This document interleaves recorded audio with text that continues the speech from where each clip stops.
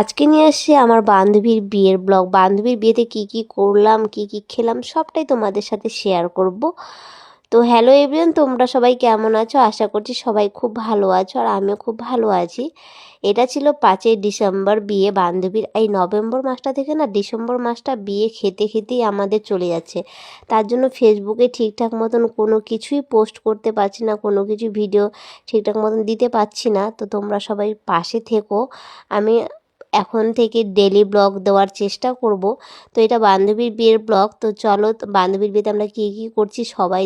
আর এই বান্ধবী দেখো সবসময় বলে কি যে ভাইরাল হতে চাই, ভাইরাল হতে চাই, মানে ও আমার ভিডিওতে ভাইরাল হতে চায়। ওর ড্রেস আর আমার শাড়ি একই হয়ে গেছে। আমি এসে দেখছি যে ও আমার মানে শাড়ির কালার আর ওর ড্রেসের কালার একই। আর এদিকে আমাদের ব্রাইড, আজকে ওকে সত্যি খুব দারুণ লাগছিল, লাল পরি বলা চলে, লাল টুকটুকে কোণে। তো অনেকক্ষণ পর ওকে পেলাম ফটো তোলার জন্য। আর বিয়ের দিন সবাই, যেটা সত্যি কথা, বিয়ের দিন সবারই মানে একটা সবাইকে সময় দিতে হবে, সবার সাথে ফটো তুলতে হবে, সবাইকে দেখতে হবে, তাই না? মানে আমি বান্ধবী হলাম, শুধু আমাকে সময় দিবে এটা না, ওকে বিয়ে বাড়ির সবাইকে কথা বলতে হবে, সবার সাথে সময় দিতে হবে।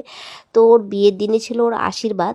তো ওকে আশীর্বাদ করার জন্য ভিতরে নিয়ে গেছিলো। আর এদিকে আমরা যখন বিয়ে বাড়িতে আসলাম তখনই বর চলে এসেছিলো, কারণ আমাদের বাড়ি যেহেতু খড়িবাড়ি আর ওদের বাড়ি শিলিগুড়ি, তো অনেক ডিস্টেন্স, তাই মানে বিয়ে বাড়িতে আস্তে আস্তে অনেক রাত হয়ে গেছে। তো বর চলে এসেছিলো, তো ওকে আশীর্বাদ করতে নিয়ে গেছে। তারপরে আমরা খাওয়া দাওয়া করতে বসে গেলাম। আমি খাওয়া দাওয়াটা সেরে নিলেই ভালো হয়, ঠান্ডার দিন বেশি রাত করে খাওয়া দাওয়া ভাল লাগে না আমার। তারপরে আমরা খেতে বসে গেছি। খাওয়া দাওয়া সত্যি খুব দারুণ হয়েছিল, খুব ভালো হয়েছিল, সব কিছুই পারফেক্ট ছিল। আমরা খাওয়া দাওয়া করছিলাম, আর এদিকে আমার সেই বান্ধবী ভিডিও করে দিচ্ছিল আমাদের। তো ও বলছে খাওয়া দাওয়া কেমন হয়েছে, লজ্জা করবে না, ভালো করে খাওয়া দাওয়া করবে। হ্যাঁ, আমরা ভালো করেই খাওয়া দাওয়া করেছিলাম, আর খুব ভালো হয়েছিল, খুব টেস্ট হয়েছিল সব কিছুই। তারপরে খাওয়া দাওয়া করার পরে আর বান্ধবীকে নিয়ে যাওয়ার মানে কেউ নেই, বর তো ওর আশীর্বাদ হয়ে গেল।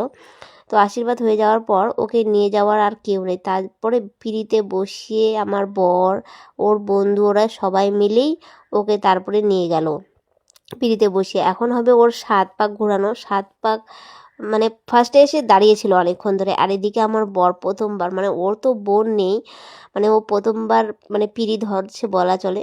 আগে ধরেছিল হয়তো ওর পিসির মেয়ের বিয়েতে, তো এবার অনেক মানে বছর পর সেই পিঁড়ি ধরেছে। আর মানে এদিকে তো ওরা মানে হেলে পড়ে যাচ্ছিল, এরকমটা হয়েছে। তারপর ওদেরকে আবার বলল যে 7 পাকে ঘোরাতে হবে। তো 7 পাকে এখন ঘোরানোর পর তারপরে হবে শুভ দৃষ্টি। এদিকে বান্ধবী দেখো কি মুচকি মুচকি হাসি দিচ্ছে, তাই না?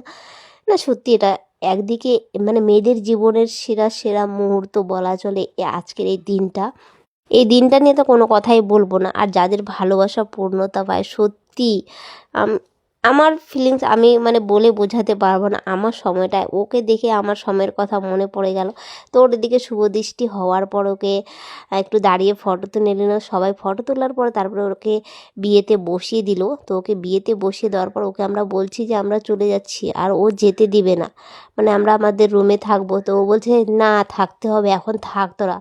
আর যেহেতু আমাদের বাড়ি যেতে হবে, তারপরে তো আমরা রাত্রেবেলা ওখানে থাকার পর আমরা সকাল সকাল বেরিয়ে পড়লাম। বেরিয়ে পড়ে এখানে আমরা চলে আসি ফার্স্টে চায়ের দোকানে শিলিগুড়িতে, মানে বিধান মার্কেটে এখানে হংকং মার্কেটের এদিকে এই নেতাজি কেবিন মানে চায়ের দোকান, এখানে নাকি ফেমাস। মানে এইটা সম্বন্ধে তোমাদেরকে পরে বলবো। তো চলো টাটা। ভিডিওটা কেমন লাগলো অবশ্যই জানাবে কমেন্টে।